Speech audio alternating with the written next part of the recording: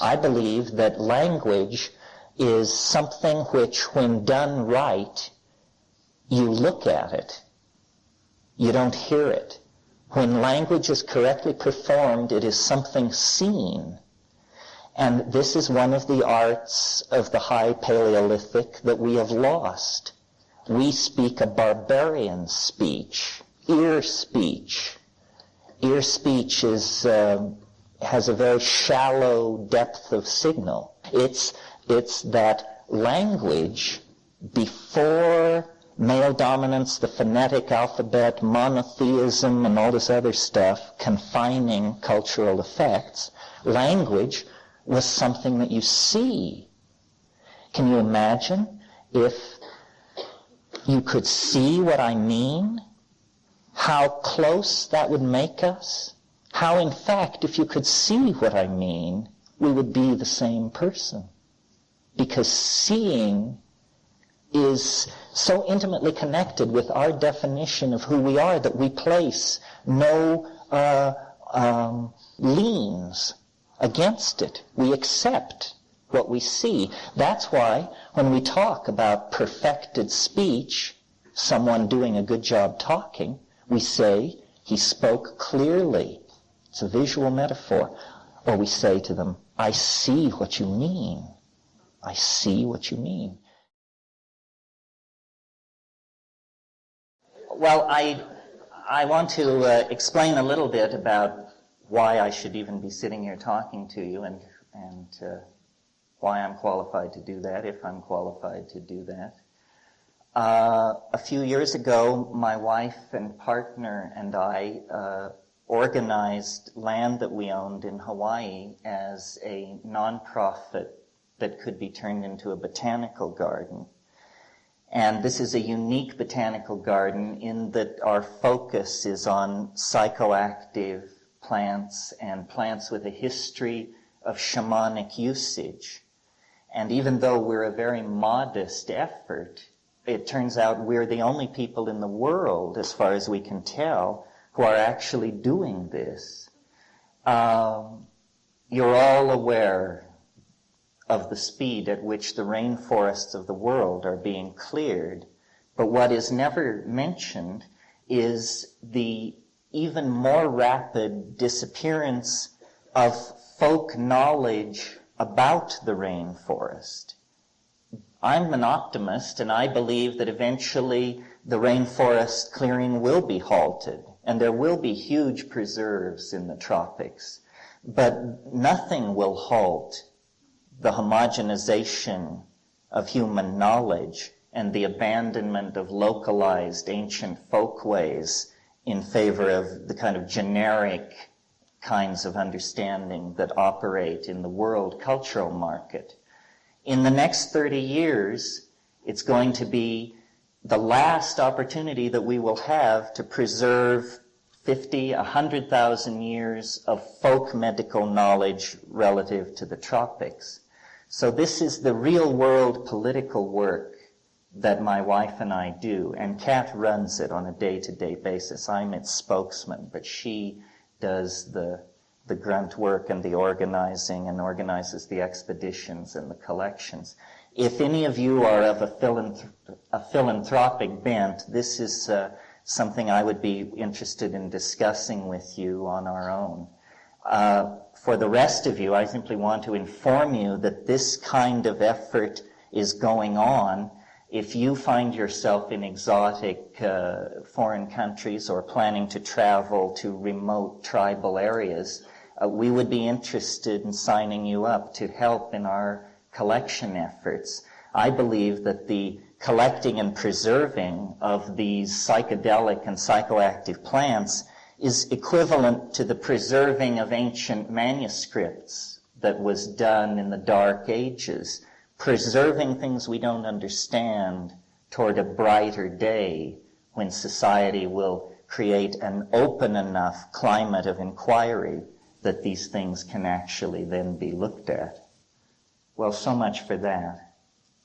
As far as my qualifications, they're pretty minimal in the academic realm. I have a degree in conservation of natural resources from the University of California at Berkeley, which is a little like saying, I have a degree in tap dancing from the University of Antarctica.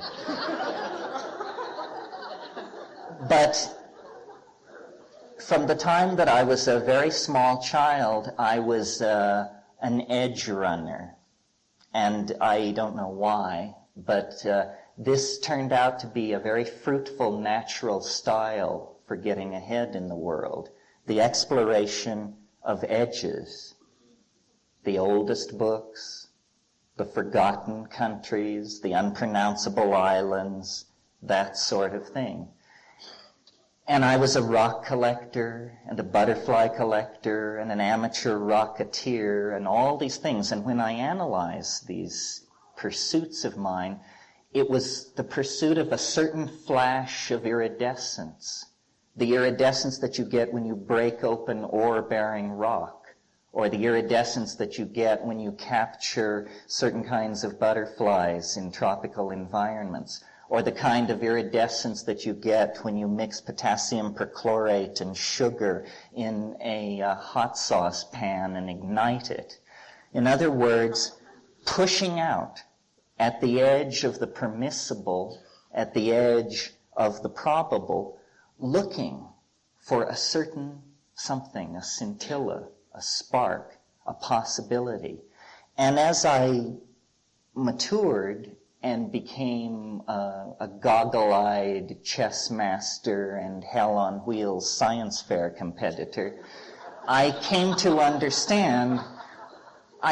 assimilate the methodology of science, which is not particularly at the top of its share of the market at the moment. But I assimilated that, and I discovered the second part of the method that has been so serviceable to me, which is the good stuff can take pressure. The good stuff doesn't have to be looked at sideways. In other words, if something is real, you can stress it. You can test it. It doesn't require belief. This was, for me, a great intellectual watershed. The understanding that belief of any sort was a kind of encumbrance to the relationship that I was attempting to have with what I naively called reality. That was the thing. And eventually, this strategy of edge running led me into psychedelics. I had had the good fortune to make my way to the University of California at Berkeley. So I was this was 1965, I was at ground zero of the impending cultural implosion. My good fortune. But at that point, discovering psychedelics, I realized that not only the tired cliche that everything you know is wrong, but also that whatever is true cannot even be imagined. And since I discovered this on my own, I don't feel under any kind of constraint not to talk about it. I wasn't initiated by any secret society. Nobody swore me to silence. So I seem to have gotten through a number of filters. I feel perfectly empowered to talk about this thing which I think nobody is supposed to talk about. And I don't mean the legal side of it or the social side of it. I mean, that barely interests me at all. Who cares? I mean that the world we are living in is not at all as the linguistic structures we have inherited would have us have it. That we are actually living inside some kind of artificial construction which is potentially permeable by human understanding, but to date has not been. And we have been very much on the surface of things. The question that I raise constantly with myself, and it's interesting to talk about it with other people then, is, just what is going on? Just what do you think is going on? I mean, have you backed off from it? Do you have a grip on the outlines of the problem? Or are you just sort of adrift inside the context? Because the situation is mighty peculiar, friends. What we have here is a kind of creature made out of information, apparently loose in an environment of meaning, on the surface of a planet upon which gene swarming is happening. And all of these things, gene swarming, self-reflection, production of epigenetic codes like writing and this sort of thing, have no precedent. We don't go out and collect other forms of these things. They all are generated out of us. We, as moderns, as inheritors of Cartesian rationalism, look out at a universe that our science tells us is energy, matter, conservation of mass and momentum, and yet we never notice the peculiar enigma posed by the question, who's looking? Who's looking? How is it possible that the coextensive continuum of apparent being is coordinated inside organism into an experience of ongoing becoming with which we have some kind of identification? This is very weird. It should provoke more comment than it is.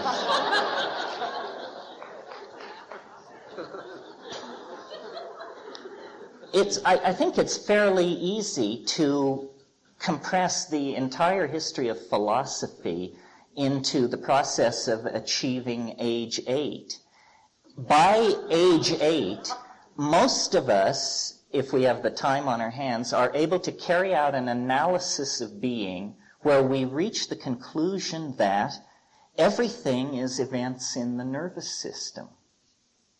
We understand this. We understand that light being reflected from objects then creates neurochemical events which reconstruct an image of the outer world. So we pay lip service to this idea that everything is a neurological event. But in fact, we have a very strong faith in the so-called three-dimensional Newtonian world. And yet, this is the faith that can be deconstructed on psychedelics. It shows us something which we give lip service to, but which is very hard to raise to the level of a felt experience. And that is that the world is made of language. It is made of language. This is not, something you say at sales meetings to boost sales. This is bedrock, as far as I can tell, and everything else is unconfirmed rumor. Well, then, what is language? What is it, if the world is made out of it? Well, then this becomes dicey, because the tool for describing language is language. And, you don't have to have graduated to Logic 3 to understand that there's a self-limiting program involved in something carrying out a complete description of itself. It's a tautology. It can't be done. Does that mean, then, that language can only be understood from the vantage point of the unspeakable? I think so. We didn't know what that meant. We thought the unspeakable was like silence. That isn't what it is. The unspeakable is the ground of language. Well, how did we get into this situation? This is part of the question that relates to what is going on. How did we get into this situation? If you came in a flying saucer and observed the Earth, I think you would come to the conclusion that the the breakout process or the anomaly in the mix is the human element. Animals of all sorts have existed on this planet, integrated into all kinds of ecosystems, and only in the phenomenon of human beings do you get this breakout away from genetics, away from the raw transmission of hereditary characteristics, and into a whole new realm of being, a whole new ontos of possibility, which is epigenetics, codes, self-generated, language, song, dance, painting, chanting. All of these things are forms of expression, but they are not genetic expression. What seems to be happening on this planet, at least, and in the universe generally, is a conservation of complexity, a speeding up of process, and a conservation of complexity. Now, the ordinary theory of evolution is thought to be a theory that is confined within the domain of biology.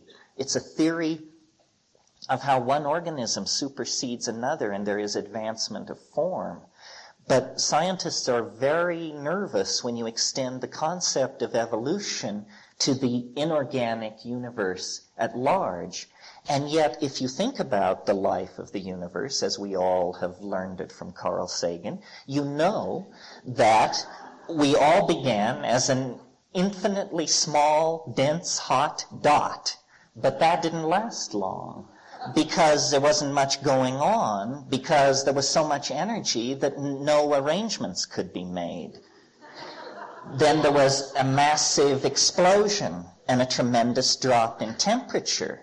And at that point, atomic, free atoms, electrons could settle into orbits around atomic nuclei, and you get atomic chemistry, which condenses into stars made of pure hydrogen and helium, which cook out iron and carbon.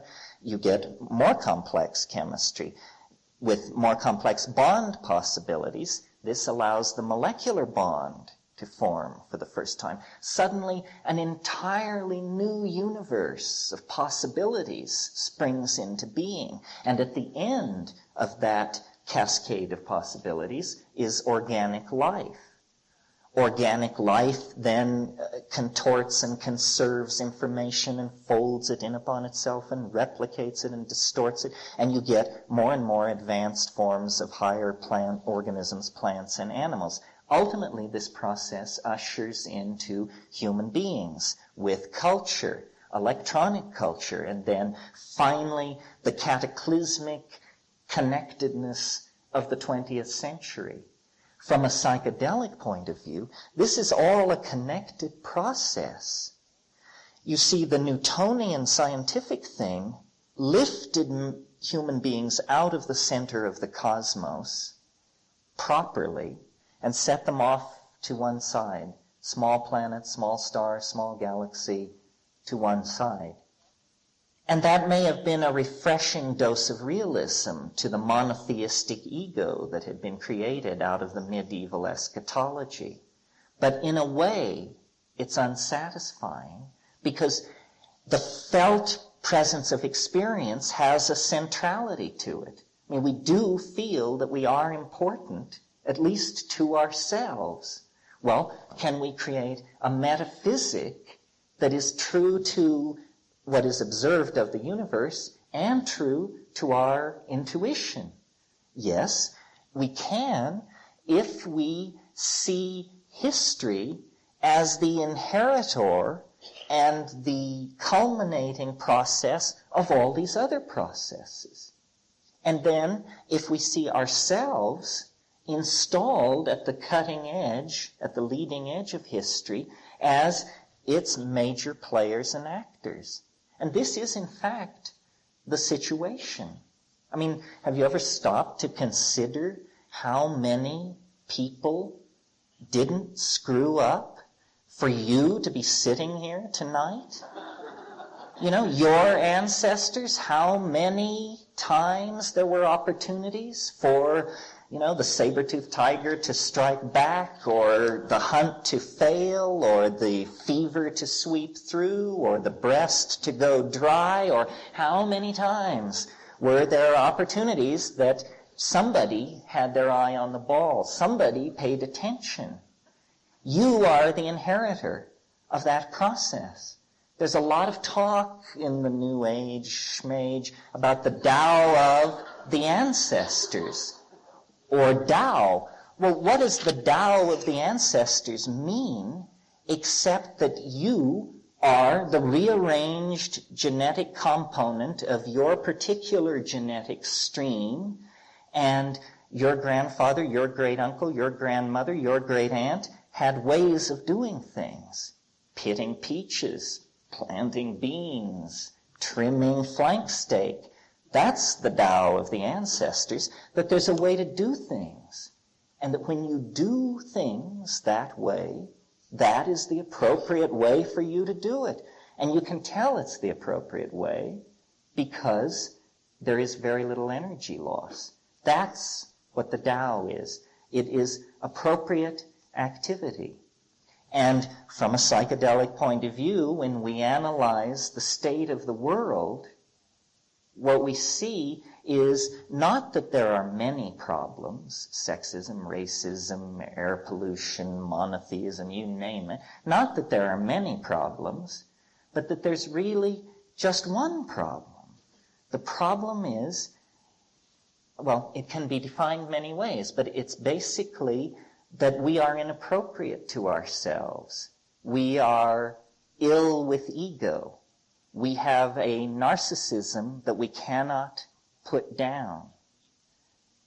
Why? Why, given what we know about evolution and how it tries to smooth the way, why do we have a maladaptive relationship to reality? It doesn't make any sense. Well, here's why. It's nobody's fault, first of all. It has to do with the fact that the monkey is lagging behind the dynamics of the planet. 3 million years ago, we were happy in the trees of Africa, in the canopied tropical equatorial forests of Africa. And in the way of planets, there are long cycles of drying and aridification. And a cycle like that began in Africa. And these arboreal primates, which had a social form and a complex kind of pack signaling, they were fruitarian and highly specialized at it, came under environmental pressure because of the retreat of these rainforests and their replacement by grasslands. When an animal comes under environmental pressure like that, it has to expand its diet or face extinction. It's just that simple. Now, to my mind, the great unexamined dynamic of evolutionary theory is diet, especially when we discuss human evolution. Why? It works like this. These monkeys are under pressure to expand their diet. Therefore, they must experiment with new kinds of food.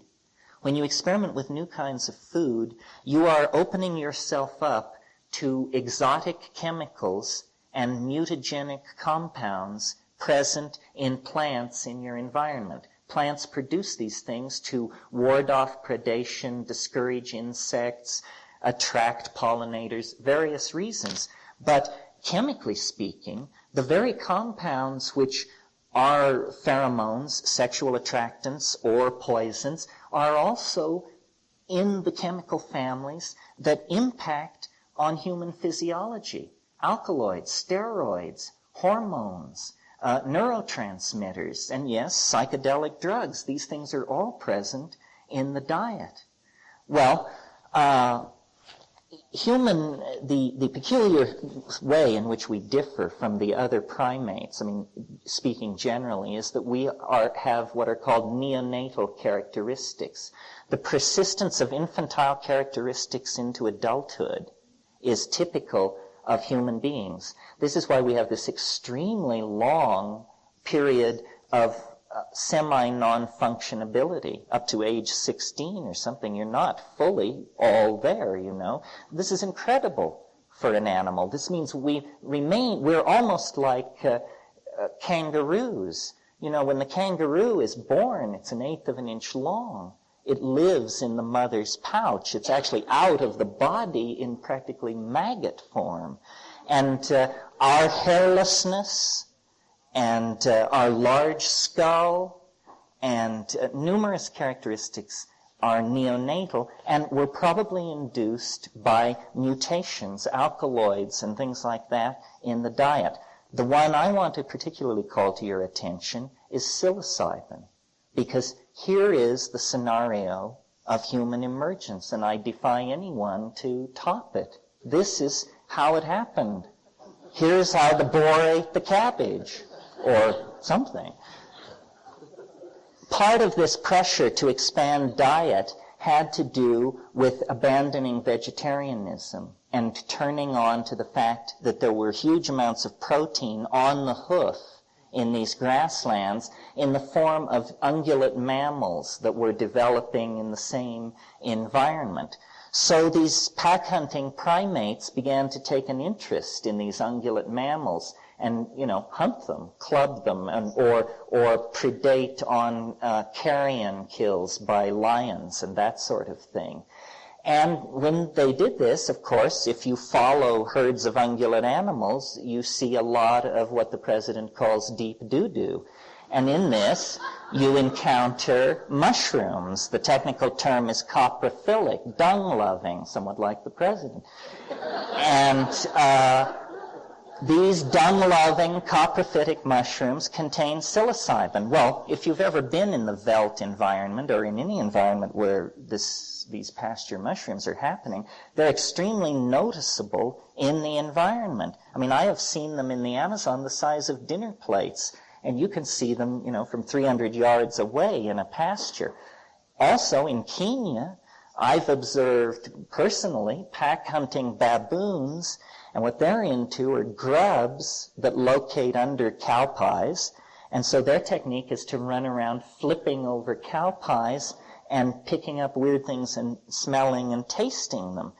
This means that the mushroom is planted directly in the evolutionary path of these evolving primates. They're moving onto the grasslands, they're following the herds, they're looking for the game kills, and they're encountering mushrooms and testing them for food value. Okay, very simple 3-step process. When you take psilocybin in very small amounts so small that subjectively you don't notice anything.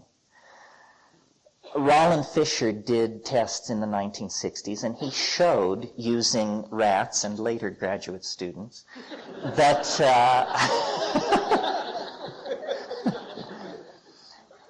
that small amounts of psilocybin actually increase visual acuity. And he gave people eye tests, a particular kind of eye test where there were 2 parallel bars, and by turning a crank out of sight of the test subject, you could deform these bars so they were no longer parallel, and the subject would push a button when they felt the bars had moved out of parallel. No question, the very slightly stoned people could pick this up much faster than an ordinary person. Okay, you don't have to be an evolutionary biologist to know that if there's a plant in the environment of a hunting animal that will improve the visual acuity of that hunting animal, then those animals that admit that into their diet are going to outbreed the other individuals who don't admit it into their diet, because they're going to have more success at hunting, which means more food, which means more babies and more successful adults, so forth and so on. So then, and now what is this doing? It's like an aphrodisiac or something in the food chain of this animal. Well, what is it doing? It's causing more of what primatologists call successful copulations. And these successful copulations are happening in the presence of an increased food source because of the increased visual acuity. So you see what is happening. The factors are beginning to snowball that will favor the outbreeding of the non-mushroom using part of the population. Well, then at still higher levels of psilocybin ingestion, you get the full-blown psychedelic ecstasy, which even we as moderns, with Heidegger and Husserl tucked under our arm, we don't know what the hell's going on. We are as primitive in the face of it as people in the Magdalenian were. So, but it introduces the notion of a transcendent other, a tremendum, a translinguistic reality, the experience of the logos, the unspeakable, in other words, religion. So here's a three-step process. Increased success in hunting brings increased food supply, which brings increased sexual activity, which brings higher birth rate, which is all happening in the ambiance of this tremendous psychedelic experience. Now, I think that that alone is sufficient to make the case that it must have been indole alkaloids in the early human diet that catapulted us into this extraordinary relationship to language and cognition that we have.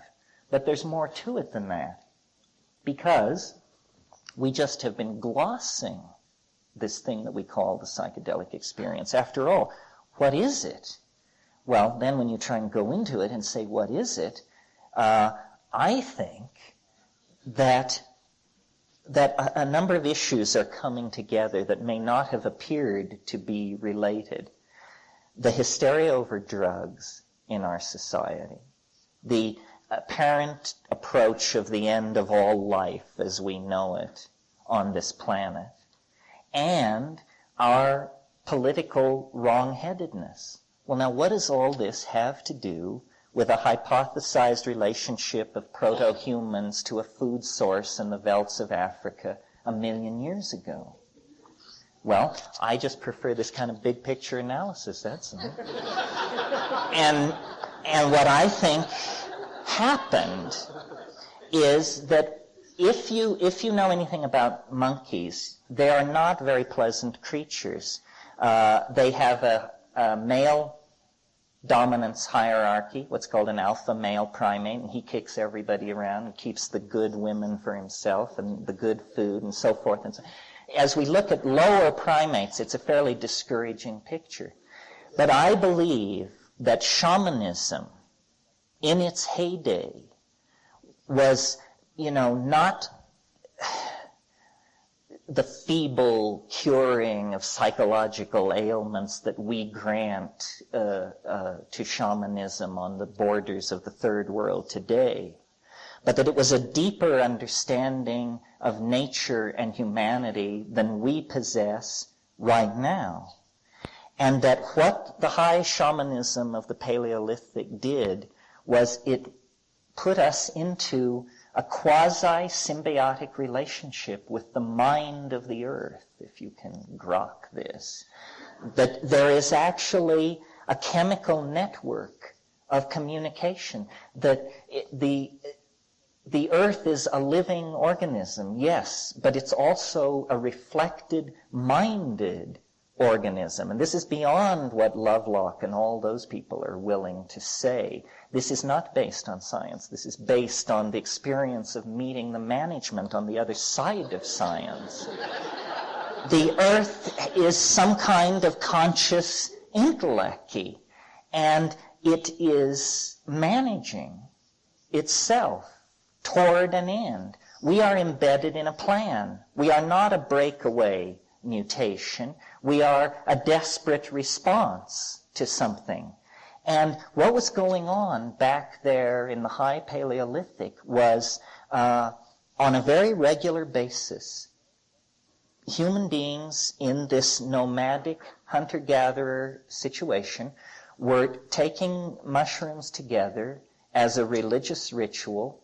They were dissolving boundaries. This is what we experience when we take psilocybin. The generalized description of the psychedelic experience is it dissolves boundaries. And the main boundary that it was dissolving, and that it does dissolve, is the ego. Psychedelics are an inoculation against selfishness at the expense of group values. And it is selfishness at the expense of group values that is shoving us toward Armageddon.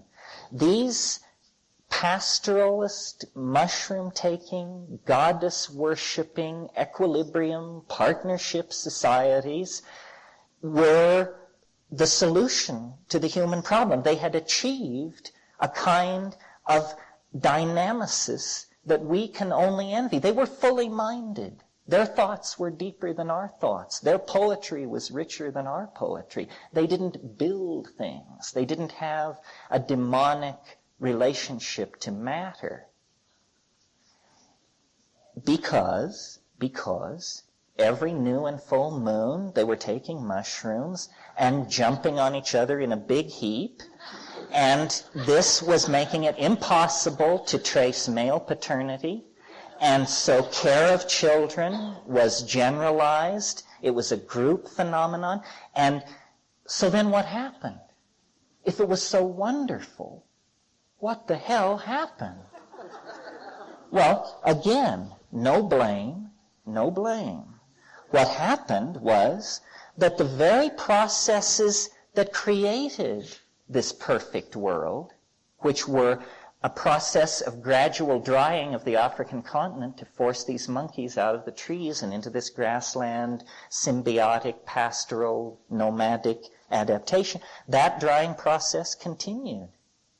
And the grass dried up, and the water holes got further and further apart, and the mushroom festivals were no longer held every Saturday night. They were held once a month, and then at the solstices and equinoxes, and then at the solstice, and then every 10 years, and then never. And the other thing that was going on was there was frantic pressure to try and figure out how to preserve the mushrooms, since they were so hard to get. And the only solution anybody could come up with was honey. And honey is a material which, left to itself in that kind of an environment, will turn into mead. And mead is an alcoholic beverage. And the difference between a psilocybin cult and an alcoholic beverage is the difference between church and North Beach.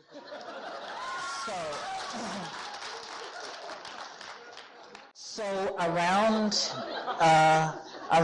9,500 years ago, it wouldn't work in Africa anymore. It was insupportable, and these people began moving out into the Nile Valley and what is now Palestine. And if you know anything about the archaeology of the Nile, you know that before this, the stratigraphy is basically empty. He slays the cosmic bull. Then he goes to the shaman figure, Enkidu, and against his will, he puts big pressure on Enkidu to go with him into the wilderness, and there they cut down the tree of life. This is what they do. This is what Gilgamesh does. This is the first act of the first man in the first moment of the story of Western civilization, out into the woods to chop down the tree of life. Meanwhile, the Semite, their story is the story of history's first drug bust. You know, this woman finds this plant. The caretaker of the garden has put up signs which say, "Don't eat this plant." She eats it, and the shit hits the fan. And I recommend to you a thorough reading of Genesis. It's astonishing what's going on there. Here we have Yahweh, after this little contretemps has taken place. Yahweh, he's wandering around in the garden. He speaks. Don't ask me to who. He speaks, and he says, if they eat of the fruit of the tree of life, they will become as we are. This can't fly. So the issue is, everybody perceives the issue the same. Adam, Eve, and Yahweh. The tension is over the fact that there would be equality if the plant knowledge were fully available. And it's clear that it comes through the woman. I think that women were the custodians of language. I think language was a woman's mystery. Again, looking at it from a point of view of evolutionary stress, the evolutionary stress on men was to be the stoic, silent hunter, to be able to hold a hunting position in a game drive for hours. And women stayed closer to home because they had children hanging off them, they had a different physical constituency, and they were in charge of the gathering part of the hunter-gatherer equation. Well, gathering is essentially the art of description.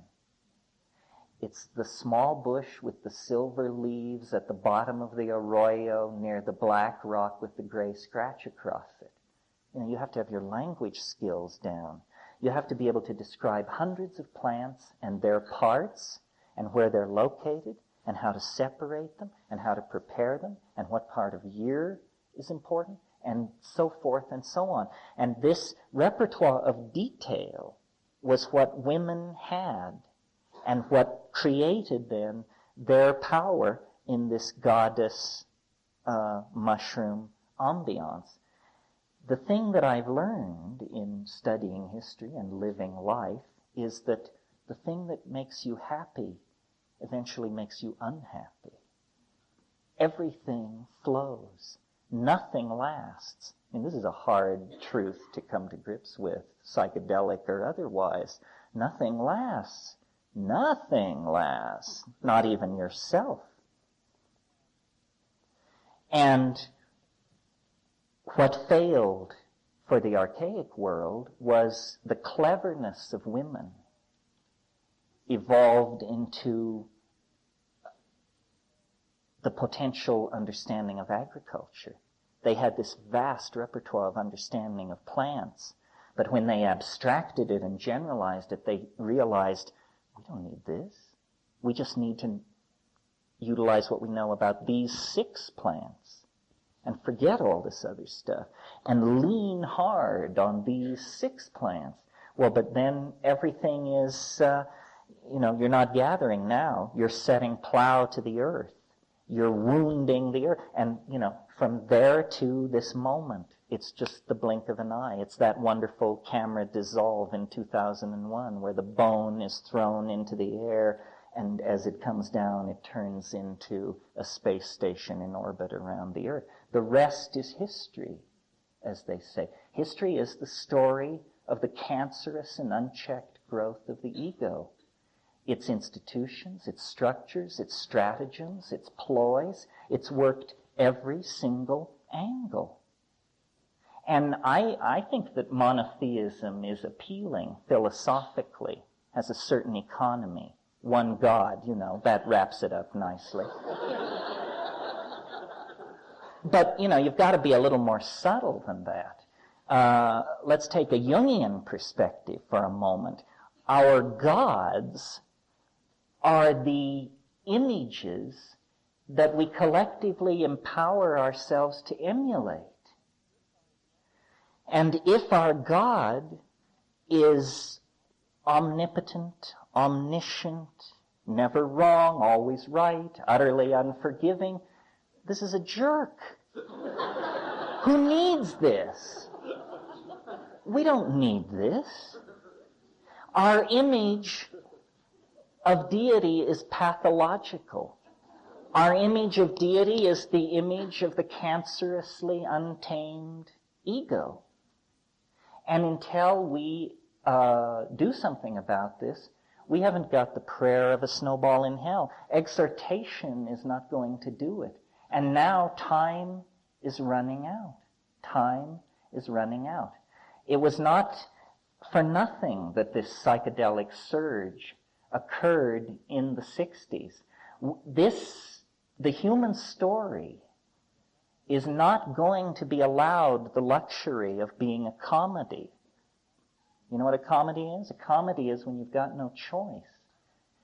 This is going to be a tragedy because the cards are on the table.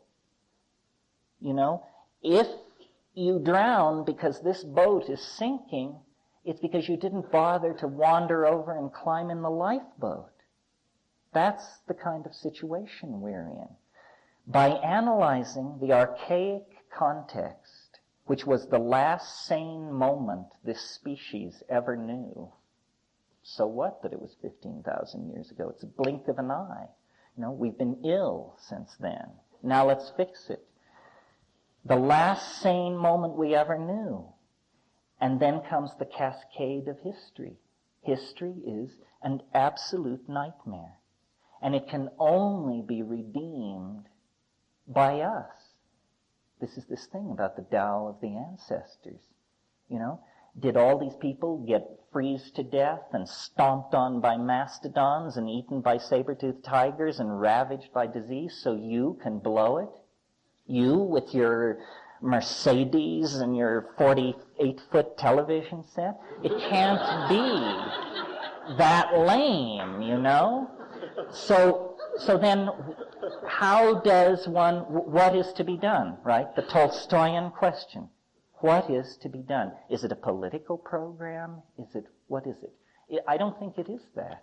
I think that the way the psychedelic thing works is you must establish a level of authenticity in yourself vis-a-vis reality. And then you become a walking social catalyst, regulator, meme generator, whatever you want to put it. It's authentic understanding without ideology. This is it. Psychedelics are not an ideology. Psychedelics are an experience. I mean, you can have the psychedelic experience without taking drugs. It's just that, you have to drive your car 100 miles an hour over a 300-foot cliff and live. And then you come out of that ready to talk turkey. But, we lose too many people that way.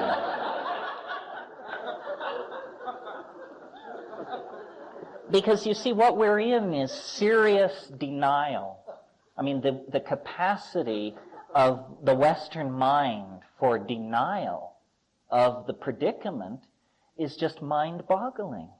I mean, here we are calmly discussing. The clock is ticking, and we're sitting on a planet stuffed full of thermonuclear bombs, disease delivery systems, crazo politicians, psychopaths at every organizational level, propaganda machine running wild, and we intellectuals calmly gather to again consult Tolstoy, consult this, consult that, try and figure it out. The level of denial is pretty incredible.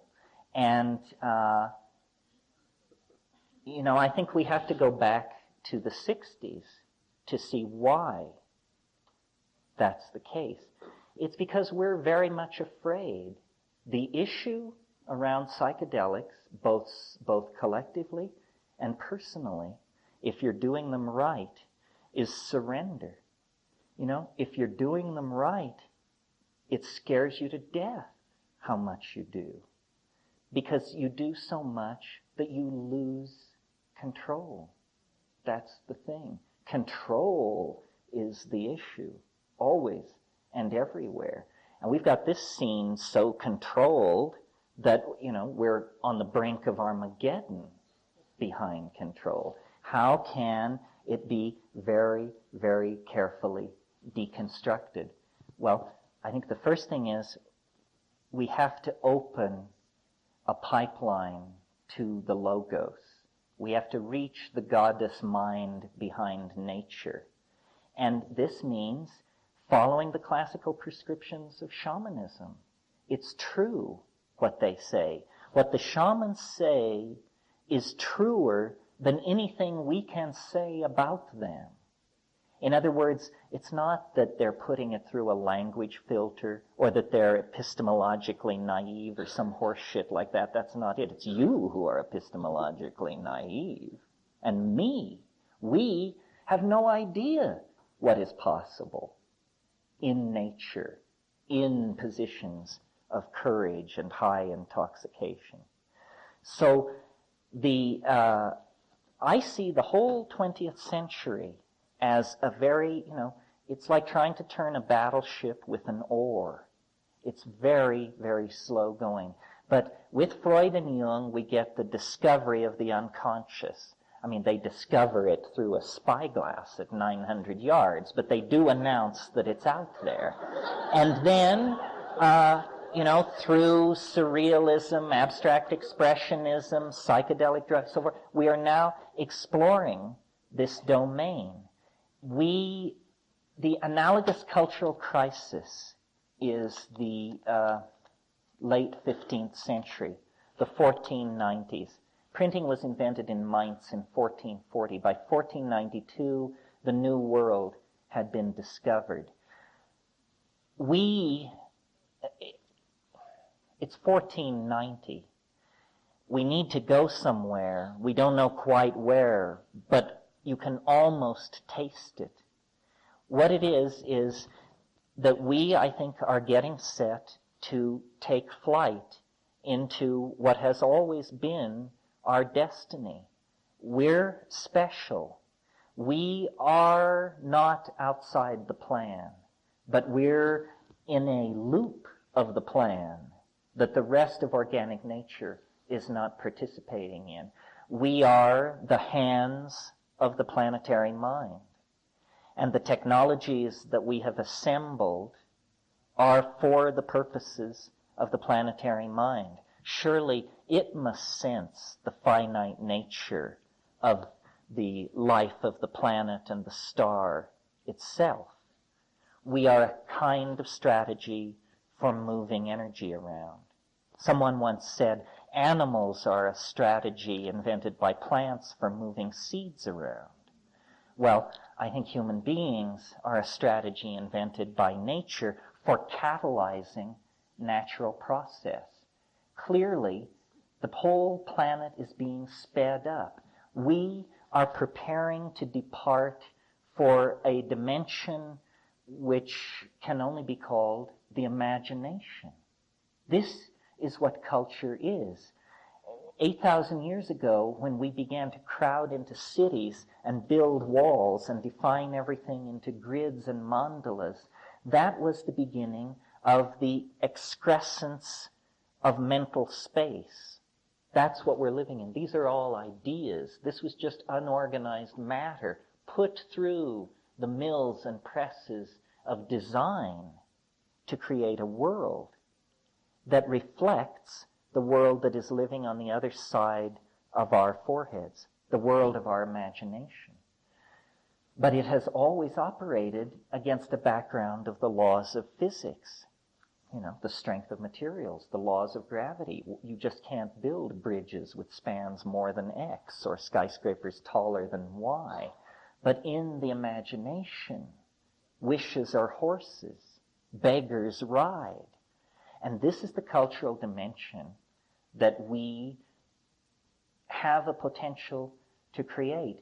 I don't think that there's a way to manage this thing back down into the equilibrial pastoralism of 20,000 years ago. We've burned those bridges. It's a real crisis. We will not recognize our grandchildren. The metaphor that gives me hope when I look at the world is the metaphor of birth. That must be what is happening. I mean, if you were suddenly to come around the corner of a building and encounter someone giving birth, the entire ambiance is of crisis, at least, if not alarm. I mean, pain is being felt, blood is being shed, anguish at high volume is being expressed. It's crisis. If you'd never seen it, how could you believe that this was an ordinary part of existence scripted into being as a necessary part of its happening at all? It wouldn't take you like that. And yet that's what is happening here. The mother and the child have now reached the moment where they must be parted. If they're not parted, toxemia will set in. This is bad for the child, bad for the mother. I'm not comfortable with this. I don't like this Gnostic thing of leaving the earth behind in any sense, even if we just descend and become the size of grains of salt and live at the center of the earth or something. It still means we're going to leave everything that we know and love and understand behind. But nevertheless, you reach these places in your life. The birth canal is the first one. Leaving home is the next one. And, there are many leavings. It's just that this is a big one. We will never be the same. The earth will never be the same. And like the fetus, poised at the head of the birth canal, we don't know where we're going. We really don't see light at the end of the tunnel. And neither does the fetus. This is the surrender issue. It's going to get crazier. They were so relieved when the craziness stopped after October and November and December. But don't be fooled. It was just a hesitation. The craziness is intensifying and intensifying. I believe that the transcendental object that is actually causing the lower dimensional phenomenon, which we call reality, that the transcendental object is coming tangential to the historical continuum, that's what this is all about. That 100 years from now, the earth will be empty of people. There won't be a one, not a one. I mean, the breeze will move the grasses. We will be gone. Where? Guess. Who knows? Here's hoping. We have to find the door because the place is filling up with shit. It's very simple. And there are many doors. Here's a door. Extinction. How do you like them apples? If you can't find any other door, nature will kick open that door and push you right through it. And yet, we possess creativity on a scale undreamed of. We can find a way out. There's no problem. We have the technologies, the money, the resources. We have everything we need except the will.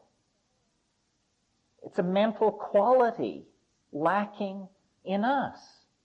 The will to do it, the will to undertake planetary-sized projects, the will to make a plan that has a 20-year, a 50-year, and a 500-year benchmark. But we are going to have to very quickly cease our infantilism. And this brings me around to the fact that we are forever infantile if we do not avail ourselves of the psychedelic experience. It is on a par with sex.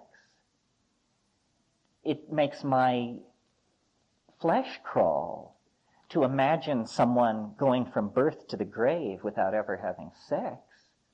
Fortunately, life is scripted in such a way that few escape this edifying experience, which most, if you question them around age 11, would seek to avoid.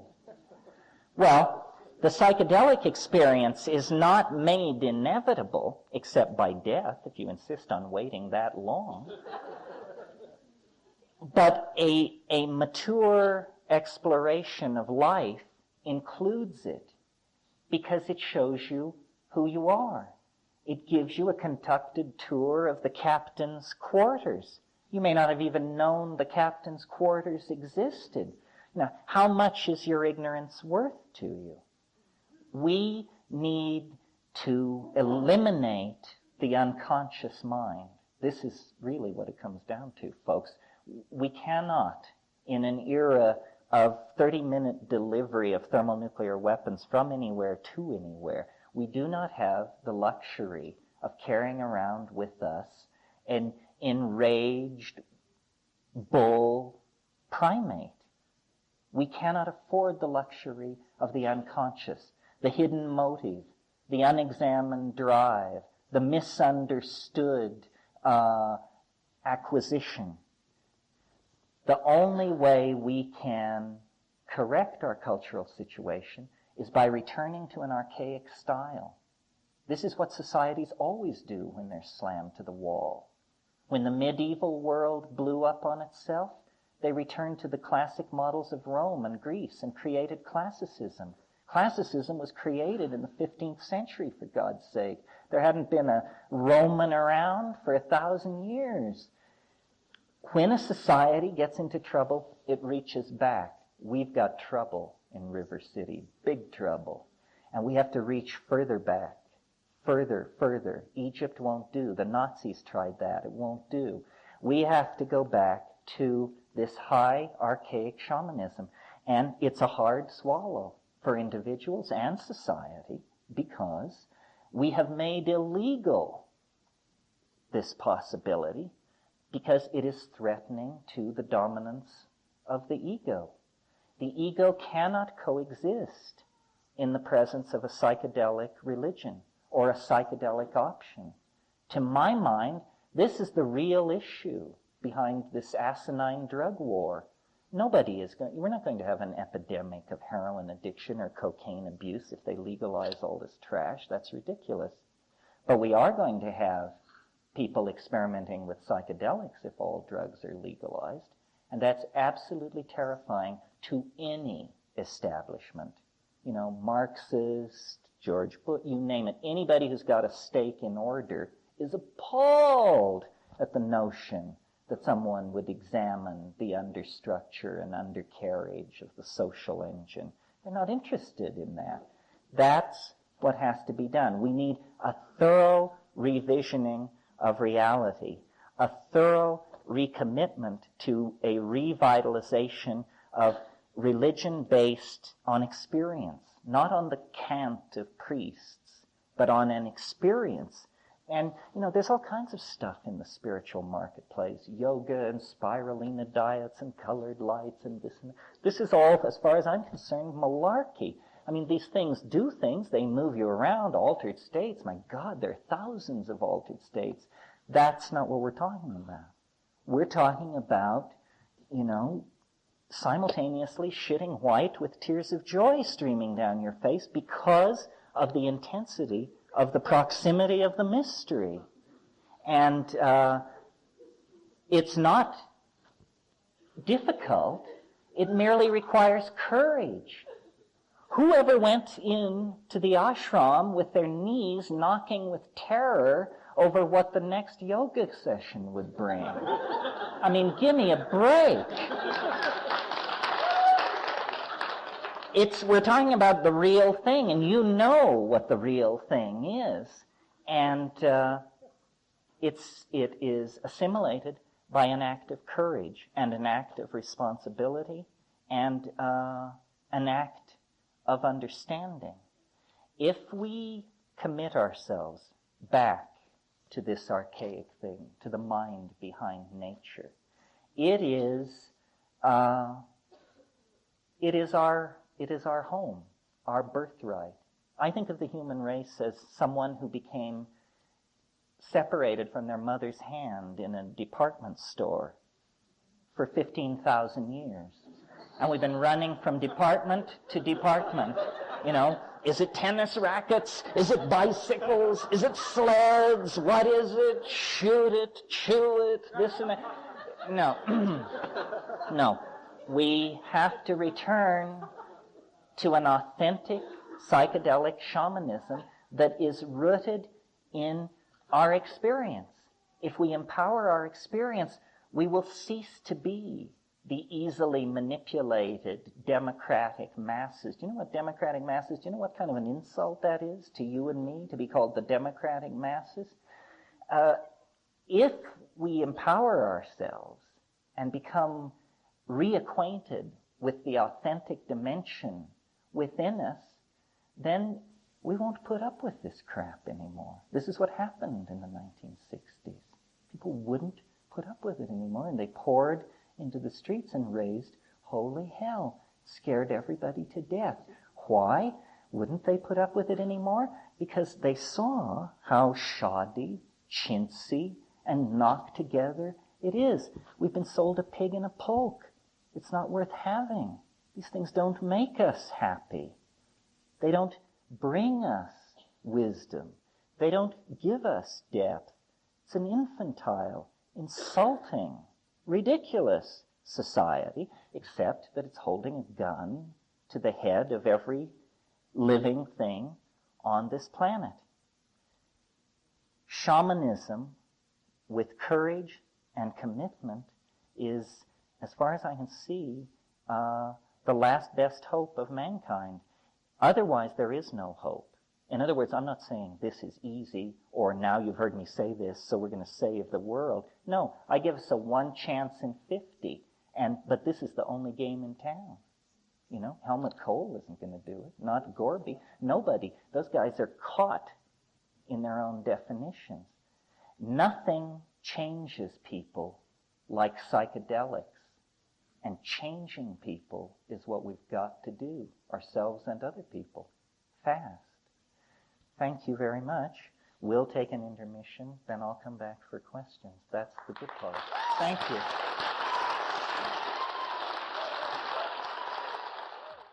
So let's just take questions and we'll go for a while. Before we begin, there's just one thing I want to say, a point that I want to make, which is, I say it in all situations where I come to a place like this for the first time. Maybe you all do know each other. I get the feeling this is a small town. But anyway, psychedelic people look like everybody else. And the one good purpose served by these events is that they draw them out of the woodwork. So you might look around and see who your affinity group is. Odds are, whatever you need, someone in this room has it. Whatever you need. Okay, so much for clowning around. Yes. As a parent of a teenager and several other children, I felt a responsibility to bring my oldest daughter here tonight. These same substances that we're talking about are out on the plaza, on the streets of Santa Fe, and children are using them in ways that I think need guidance. Could you speak to that? Yes, sure. I'm glad to. This is an excellent question. I have a boy 11, a girl 9, so I'm meeting this as well. What do you say to your kids about this issue and about drugs generally? The main thing about drugs is a lack of education. I mean, we have to educate people about drugs, and we have to tell them the truth. And the truth, unfortunately, is complex. So how do you tell a kid a complex truth? You know, I mean, the Surgeon General says tobacco is as addictive as heroin. Tobacco you get from a machine, heroin, they send you up the river for years. How do you make sense of this for a kid? All I know to do is, first of all, I don't hide anything I do from my children. And I think it's a bad idea. I actually make a character judgment. I don't think people should hide what they do from their children. This, we can't light up a J till the children are in bed stuff is malarkey, because it's giving a message of subterfuge and confusion. It means you'd have no principles. You don't know where you stand on this. You're all over the map. In fact, you look like an addict to something. So why don't you just, be out front about it? The other thing is, it's just like sex and all these tricky things that you come to with children. You try to give a good example, try to give the best information that you can, and, stand back and hope. But I really think the main thing is openness and education. And I say to my kids, if you want to try something, discuss it with me. If you get past me, I'll get it for you. So, don't be out on the street. We'll make sense of it together, whatever decision we come to. That's great. That's exactly what I did. Well, it's not very satisfying, but I don't know what else to do, Back there. And then my question is, You have talked about all the very positive things that psychedelics can do, and you have talked very well about it. You have expressed many wonderful truths. But then the other side of the coin is, what do you do, or how do you deal with such occurrences as, for example, Charlie Manson and psychedelics being used for satanic purposes? The question of a Manson or something like that, I don't deal with that because I regard it as anomalous. But what I hear you asking is, what about the dark side of psychedelics? And I think that's certainly worth talking about. It isn't a joyride necessarily. One thing that is quite wonderful about psychedelics is that, and I'll just speak of the mushroom in this case, is that it's wonderfully kind to beginners. But if you are an acolyte of the priesthood, sooner or later it will scare the socks off you. And in many ways it can do this. In fact, that's what's so scary about it, is it knows the way to scare you, just like it knows everything else about you. And so in my talk, I stressed the facility with which one can access these places, and I sort of teased yoga. It is easy to access these places. The question is then, but is it easy to control and manipulate and understand these places? And this is where it can turn you every way but loose. This is where you want to have your mantras polished and your yantras ready, because in that domain, it all works. All that malarkey that doesn't ever work anywhere else. In that domain, it works. And so I think one should have techniques, the ring pass not, or mantras, something that you have faith in, power objects. Ultimately, the best advice I've ever come on, and it's pretty sickening advice, but the goal is to survive these things, is Frank Herbert's advice in Dune about fear. And he says, fear comes like a wind. It comes. And the way you meet it is you meet it. And you wait. And it blows, and it blows, and it blows itself out. And then you're alone again. And that's what you have to do. And then in terms of practical instruction, there are ways to navigate through hard spots. Breath control, singing. Singing is wonderful. We tend to suffer silently.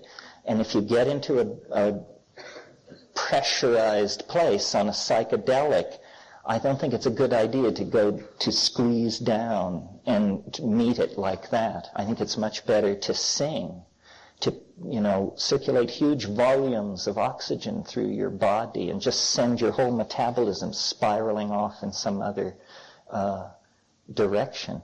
Shamanism was defined by the foremost commentator on it, Merciliade, as the archaic techniques of ecstasy. Notice its techniques. And this is really important. This is not a religion or an ontology or a set of beliefs like Buddhism, Hinduism, Catholicism, you name it. It's a set of techniques. And the techniques deliver the experience. And then out of the experience, one creates whatever models of the universe seem appropriate. But this is what science was before science. This is what religion was before religion. And it's deep. It's the deepest thing there is. Our society, living in ignorance of this, is infantile and destructive and narcissistic and materialistic and the whole gamut, because we can't touch the gold in life. It's hard for us. It's very elusive. It's far from us. Authenticity is fleeting, and we require psychotherapists and self-affirmation, all this stuff to hang on to it. But this was understood and is there. I mean, how I got into this, like the gentleman who asked the question, is by being in the Amazon, by having searched India to say, what can you show me? And they couldn't show me anything. They wanted me to sweep the ashram for 12 years, and then something wonderful was going to happen.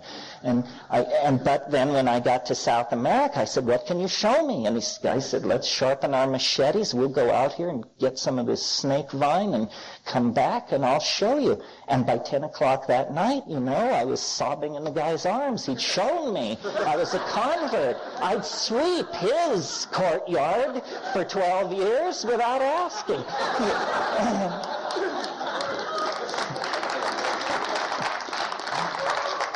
Anyway, yes. Would you speak more about your ayahuasca experiences in the Amazon? Sure. For those of you who aren't aware, although I think there's high awareness in this town, but ayahuasca is a hallucinogenic plant and beverage made of that plant with others. It's slow-release DMT. What's happening is DMT is being combined with an MAO inhibitor to make it orally active, which would not ordinarily be the case. And it's a slow-release DMT trip that lasts from 4 to 6 hours. It's quite extraordinary. It's existed in the Amazon for a long, long time. No one knows how long. I'm at work on a paper arguing that Mayan religion, that it reached as far up as Chiapas, this cult, at one time. And what's interesting about it is it's a little different from psilocybin. Psilocybin has this millenarian, high-tech, outer space, insects driving strange machines kind of thing to it. Ayahuasca is not like that. It's all about water and flow and life and organic and suspension of liquids and miscible layers of flowing color. And it's wonderful. It's quite feminine. And it doesn't speak the way ayahuasca does, but you become like a camera's eye. You just become a roving eye, a moving eye, seeing incredible things.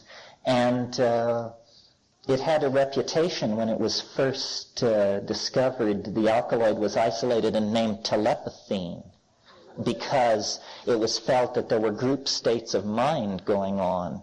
And this is so. This is happening. I mean, this is what you want to talk about shamanism. This is what it's about. These people, upriver, bare-ass people, not people working in sawmills, but the still uncontacted or barely contacted people, the elders take this stuff together and they rise into a higher dimension of social data, is the only way to put it. In other words, they see the group, the predicament, in a hyperdimensional matrix of some sort, where weather and game levels and social relations with other groups and all this stuff are factored in, and then collectively they make a decision. And I went to the Amazon very interested in this because I think that part of what this whole incipient breakthrough that we're talking about is what I call an ontological transformation of language. I believe that language is something which, when done right, you look at it. You don't hear it. When language is correctly performed, it is something seen. And this is one of the arts of the High Paleolithic that we have lost. We speak a barbarian speech, ear speech. Ear speech has a very shallow depth of signal. And these societies rocked in the cradle of hallucinogenic ecstasis through their shamanism were living in a kind of poetic hologram, culturally created poetic hologram. This is what all this talk about the poetry of high antiquity is attempting to reference. All this talk about the Celts and the tremendous accomplishments of Thracia and Yugoslavia. It's that language before male dominance, the phonetic alphabet, monotheism, and all this other stuff, confining cultural effects. Language was something that you see. And when we take hallucinogens under group circumstances where there is an intent to have that kind of a linguistic experience, it occurs. It's just under the surface. It's in our biological organization, but somehow damped by our cultural organization, something we have to learn. Well, this is what shamans knew in high antiquity.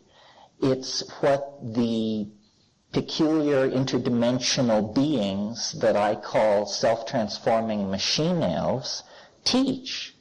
It's what the entities in the other dimension, the so-called spirit helpers, the allies, I call them the tykes, these things, this is what they teach, a new ontos of language. An ontos of language beheld. Can you imagine if you could see what I mean? How close that would make us? How, in fact, if you could see what I mean, we would be the same person. Because seeing is so intimately connected with our definition of who we are that we place no, liens against it. We accept what we see. That's why when we talk about perfected speech, someone doing a good job talking, we say he spoke clearly. It's a visual metaphor. Or we say to them, I see what you mean. I see what you mean. Means that for us, authentic meaning is beheld. This is because this is how we did it until we fell into history. History is the realm of the lower dimensional language slice. Among other things, of course. Yes, someone else. Yes. In terms of language and the visual, don't you think there is a genetic connection with the symbols and the images? I mean, it would be the Jungian archetypes. But to me, it seems very genetic, the way those images have crossed cultures totally historically. I'm not sure whether I agree or not. Yes, to some extent. I mean, for instance, there are these repositories of imagery, and I, being Celtic, get these Celtic images. But then also I hit nodules of Mayan imagery. And I'm pretty sure there's no Mayan genetic stuff floating around in my situation. I confess, I don't know, it's hard to make sense or to get a metaphor together that can encompass the psychedelic experience. I mean, for example, here's a game that can be played on ayahuasca if it's stiff. And that is, you can just say to the onrushing stream of vision, Art Deco. And suddenly there will be thousands of ashtrays, cigarette lighters, candy serviettes, stirring sticks, cocktail, all tumbling toward you in black space. And then you can say, Italian Baroque. And here it comes, these bleeding Madonnas and all this gold brocade. And, well, that's pretty. Then you can say to it, hey, surprise me. And the level of surprise will begin to rise until you say, you've surprised me enough. It's the first two examples, Art Deco and Italian Baroque, these are coherent styles which affected whole eras and involved the lives of hundreds of artists and so forth.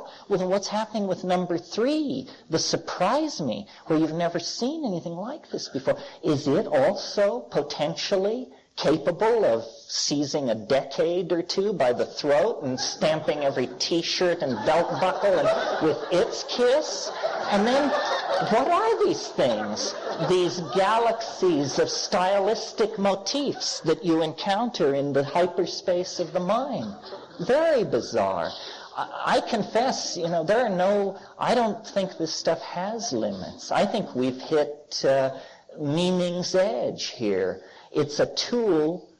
Here's what it is. It's for anybody who has ever defined life as a quest or a path or a search or a mystery. It's like you've hit the main vein. It is a path. It is a quest. There is a mystery. And when you get to the mystery, it's better than you thought it would be. It's better than you could think it would be. Hell, it's the mystery. That's what it is. And you say, I never thought, I doubted all the way. The whole time I was looking, I never thought. And yet, and it pays back. And you don't have to sign up with the rattlesnake people and the men who wear dresses and all this clergy and dogma and malarkey. That isn't it, The mystery is real. It can take the heat. Can you? That's the question. How I do digress. Yes. I would like you to comment on how these psychedelics give us access to part of the mind that we don't even imagine, and how this can be used. Well, their answer has different depths. The first answer is, it's as though there were a nearby dimension that is made out of art. Made out of art. Great art. In one of these deep passes, which last about 20 minutes, you feel like you have seen more art than the human race has produced in the last 500 years. You, one person. The richness of our inner life is truly awesome. I mean, when they sent that probe out to Jupiter and hung it above these storms 11,000 miles wide and that sort of thing, that kind of stuff is in your mind. We have been so sold down the river by materialism. I mean, we're living in a paradisical palace, and our task is to communicate this to each other. So the unifying and politically salvational aspect of psychedelics is that by showing us all this beauty, I think it allows secular, reasonable people to return to faith in the order of things. This is real religion. This is why religion was created in the first place. Animals don't need religion unless there's something to respond to. And this is what it is, that there is a secret about this planet, about the way things are here, and that you find out the secret by digging in the sub-basement of your own mind. And then you come upon the lost records, the true history of your family. And it's as though, I keep making these metaphors of dysfunctional relationships, but it's as though we are amnesic. We suffer from this dysfunctional relationship in prehistory, literally being torn from the arms of the goddess, plunged into male dominance by climatological catastrophe, and then left to wander. And we're haunted by this sense of a perfect world somehow lost, of a way of being somehow sensed, and then all these religions are hammering at us, do it this way, do it that way, and we're just uncomfortable in reality, and it's because we are amnesic. We have lost something. The wool is being pulled over our eyes. We are operating on one cylinder. We don't understand about how there is this tremendous affectionate, helping intellect that would like to help us through this for its sake as much as our own. So getting in touch with that, and you can call it getting in touch with the other half of your mind, or getting in touch with your unconscious, or getting in touch with the planet, or getting in touch with the, overmind in hyperspace. The point is, there is an organized, intelligent universe of meaning that is trying to break through into the chaotic human world. It's the plan from the unconscious. And we are frozen, twisted. It's been a long, rough ride. We can hardly see straight. And yet, we need to back down, step aside, and surrender. And the voices are being heard. We know what needs to be done. It's that ideology must be abandoned. Nature must be served. The future must be served. I mean, these are hardly, argumentative positions, yet who the hell is taking them? And yet we must. So anything which is a catalyst to that kind of consciousness is definitely in play here at the wharf at the end of the world. Yeah. I want to tell you that I really love what you're saying, and it's validating my perception, and I really appreciate it. Now, I've taken a lot of psychedelics, and at a certain point, I became confused. It was very difficult for me to live within the morality of the society, to live within society, and to function and to live.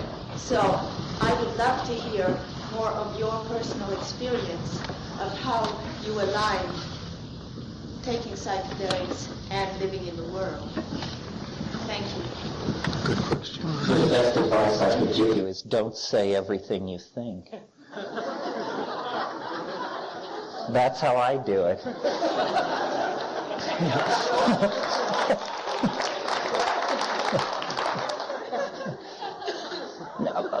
Well, but, the question is an important one. Many times when I first started doing this in 83, 4, 5, after talks like this, people would come up to me and they would say, until I heard you talk, I thought I was crazy.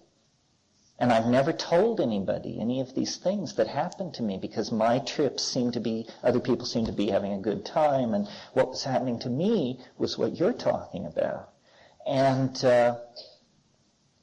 part of the motivation for doing this is to build a community of agreement that can allow people to say, the kinds of things that I say about self-transforming machine elves from hyperspace, and nobody reaches for a white telephone.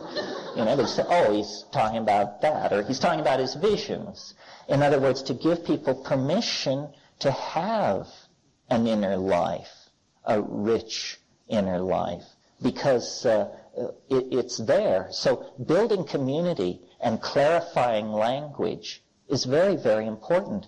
It's illegal to take drugs or sell drugs or whatever it is. So we don't really have much practice even building up among ourselves images of what we're talking about. Probably most people in this room, except for, and even them, I was going to say except for the cops, but even them, everybody in this room has a notion of what's going on when I say drug experience. Everybody says, oh, it's like the time I... But no. Having had a drug experience doesn't qualify you for talking about psychedelics or thinking you understand them, and even taking psychedelics doesn't qualify you for talking about them or thinking you understand them.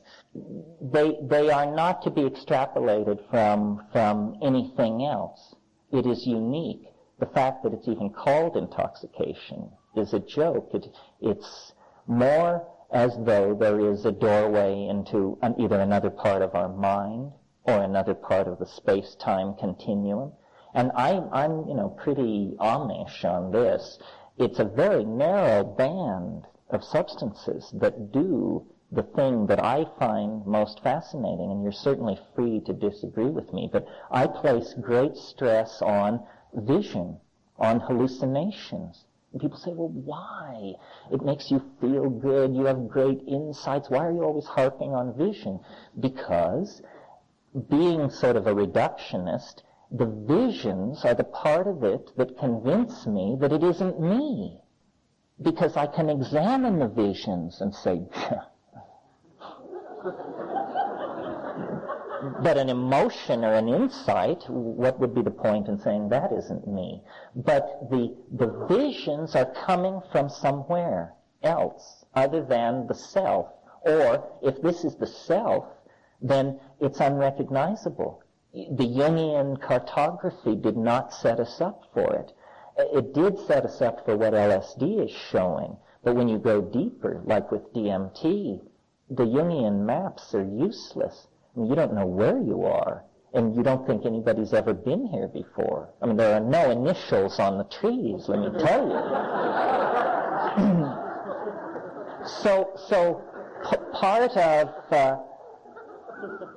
part of the answer to this what is to be done question, and the political question, and the question up here about integrating it into our lives, and what I'm trying to do, I mean, I should just be upfront with you, is it's a very conscious and subversive effort to goose along the evolution of language. We can't create a new world unless we can talk about it. And so the forced evolution of language, the forced and rational and designed expansion of the capacity of language is our best way to get out of this mess. We have problems we don't even know we have because we don't have words to talk about them. The psychedelics operating on the social level, where we're talking about not my trip, your trip, but what does it do to millions of people? It enriches language. It incites colorful speech. It provokes metaphor. Know what I mean? So that's what it was doing way back then, and it gave us language and all these control languages that flowed from it.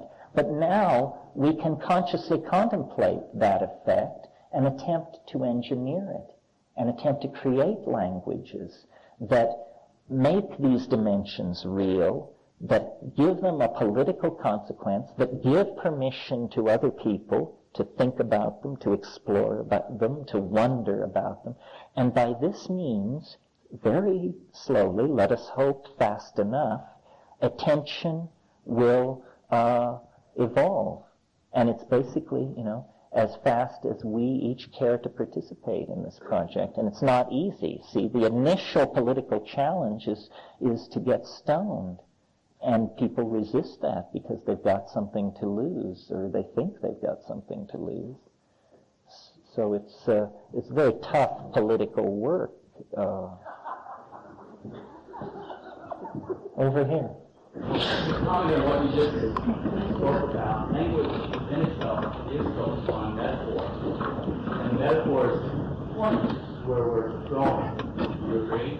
So far. It gives us something and mind. It seems that in that metaphor, we're stuck. We can see it, we can feel it, but we can't quite bridge it. We can't get beyond it. And to go along with what we're saying as far as the domain of language, somehow we've got to get beyond this one. Well, I agree with you 100%. Conscious work and Burrell's work and all those. But if we're continually using the metaphor and the myth and shifting those, how are we going to get beyond it? Because all we're doing is shifting. well, when we go beyond language, are we going to discover silence or song? That's what I think. I mean, I think that this visual language thing needs to be thought about very carefully. For a long time, it seemed to me it was unbridgeable. It was a creature of my own imagination.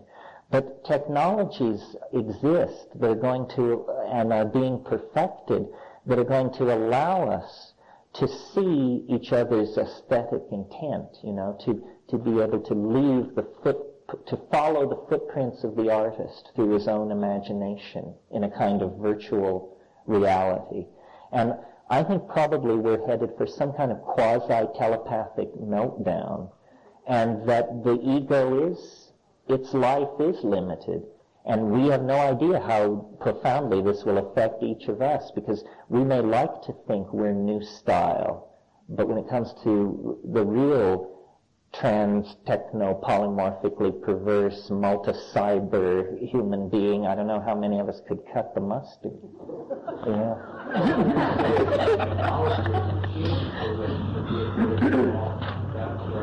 Well, but I don't want to get into a dualism here. See, I think all terms are migrating toward each other.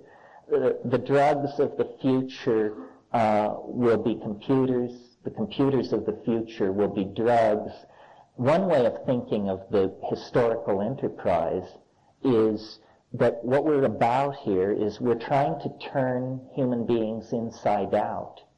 We want to exteriorize the soul and interiorize the body so that the body becomes an image of some sort, freely commanded in a domain called the imagination.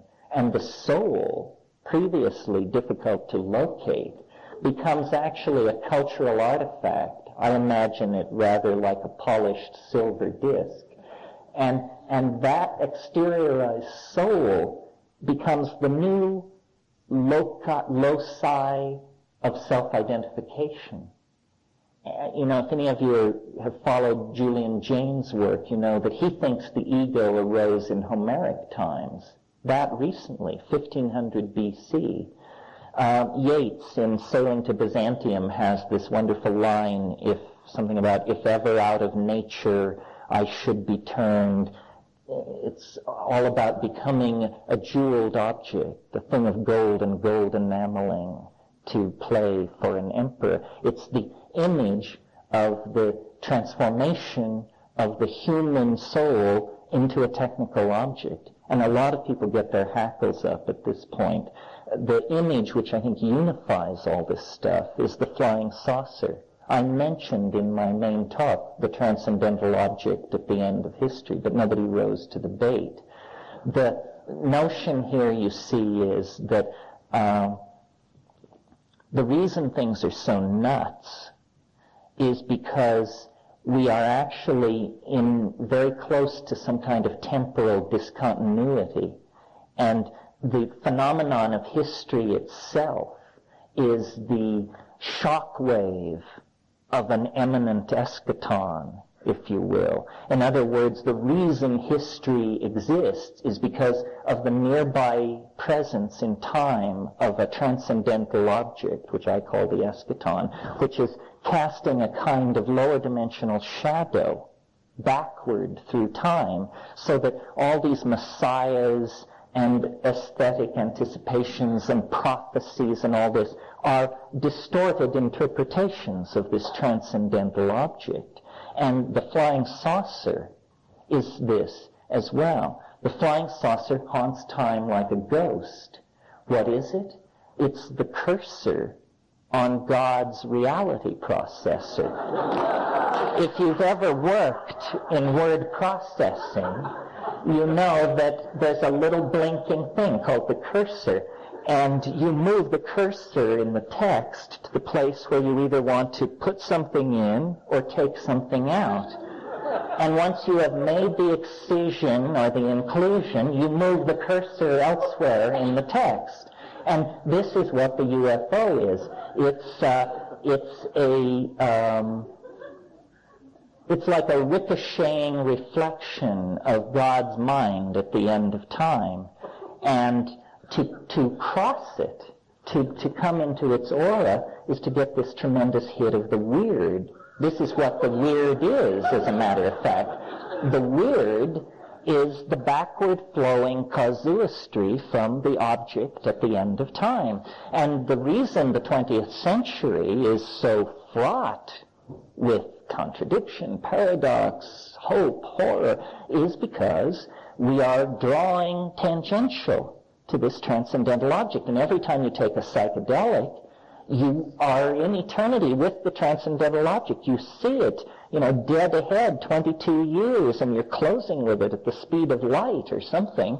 And it is what causes the phenomenon of ourselves being drawn out of nature. There is a drama, there is a wooing, there is a royal marriage, an alchemical process underway.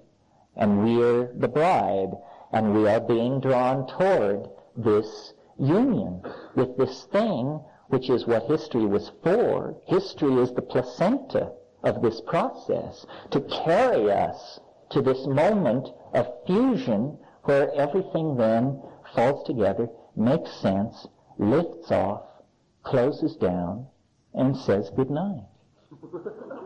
That's all.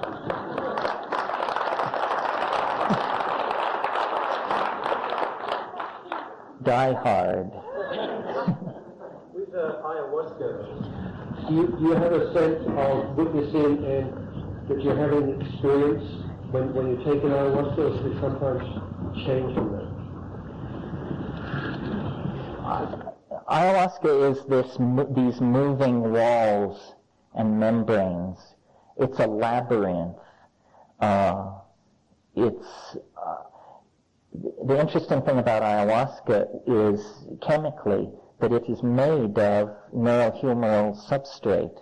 Technically, there's no drug there. There's DMT and beta-carbolines, both of which occur endogenously in human metabolism. It's a kind of brain cocktail. That's why it has evolutionary implications potentially. It's possible that in the metabolic pathways of the pineal, we're only a 1 or 2 gene mutation away from switching out an inactive cogener for a psychoactive cogener in that pathway.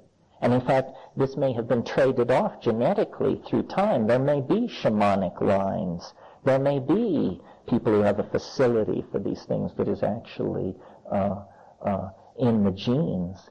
But to me, the most spectacular hallucinogenesis occurs under DMT. And DMT, it's interesting. It's worth talking about for a moment because it, too, is an endogenous neurotransmitter. Even though it's a Schedule 1 drug, everybody's carrying it all the time. They don't need anything else on the books. We're all illegal as we sit here. But what's interesting about DMT is it's the strongest of all these hallucinogens. And it comes on in a few seconds, 30 to 40 seconds, and yet it fades in a matter of 4 to 5 minutes.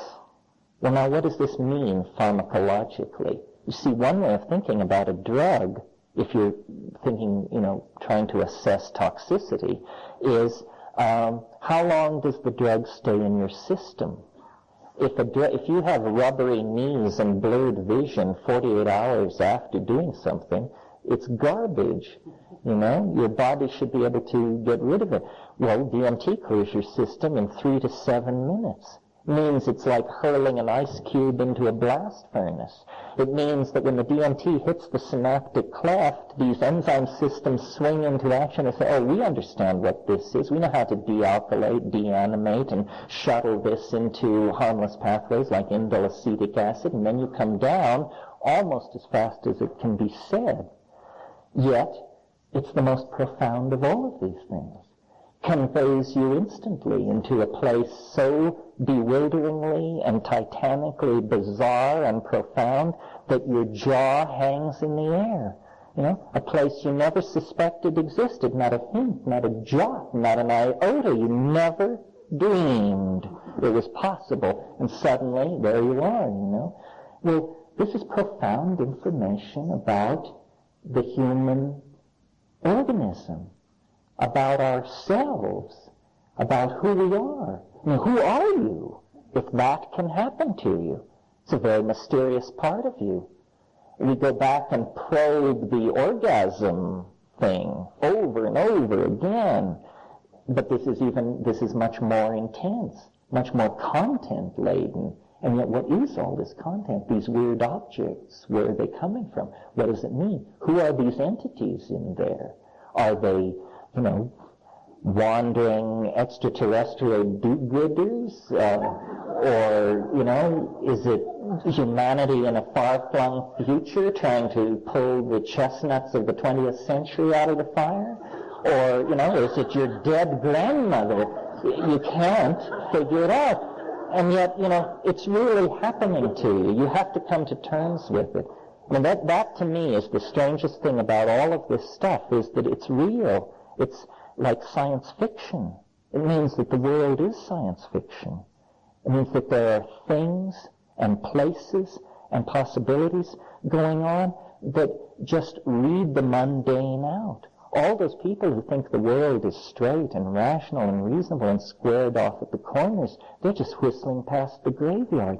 It is so wild and woolly out there that you just come back, eyes round, jaw slung, because it's so peculiar and so near. I mean, this culture that we're living in is a tiny island, a bulwark raised against the unspeakable, which is raging all around us. Hell, every time you hit the sack, it closes over you. And it's only through the grace of forgetting that we're able to reestablish it here, this tiny little bubble of sanity. Well, yes, but what's going on in the rest of reality? Grab a clue. Yes. Do you think that the virtual realities, which you might talk a little bit about more, do you think that a lot of people will have access to virtual reality, or will it be just another expensive parlor game? No, I think that it's possible. I'm comfortable with virtual reality. I'm just getting used to it. So you do it in order to love it? I did it in order to write articles about it. I visited all these labs. I have the heaviest battle I had with my wife this year was over virtual reality and whether or not it's just another male mechano, techno, crapo trip, or my position that there might be something going on here. I don't like it that it's so machine-like. On the other hand, all those machines could be shrunk down to the size of a sugar cube. For those of you who hate the idea of virtual reality, I have an argument that might sway you. I just saw a paper. God, I hope this isn't industrially proprietary information. But anyway, I just saw a paper where these people have a virtual reality system, but they want to slave it to a satellite navigation system so that it can locate wherever you are on Earth to within 3 feet.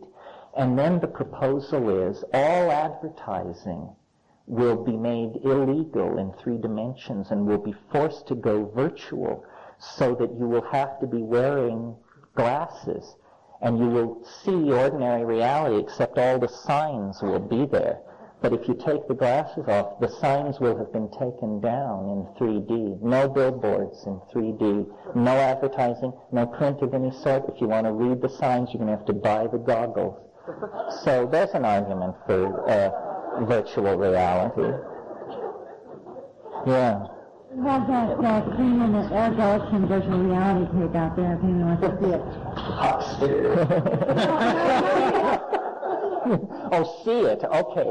Oh, they can see it. My apologies.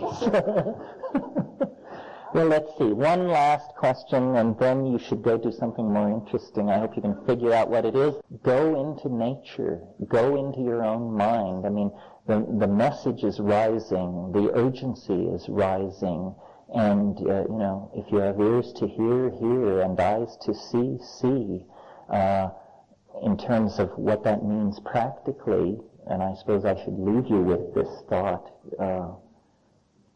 do these things in silent darkness, and do them with attention. Silent darkness. You don't need Bach or Moody Blues to skip it. Silent darkness. Let trust that your mind is richer than you think it is, and study the darkness behind your closed eyelids with the expectation that you will see something.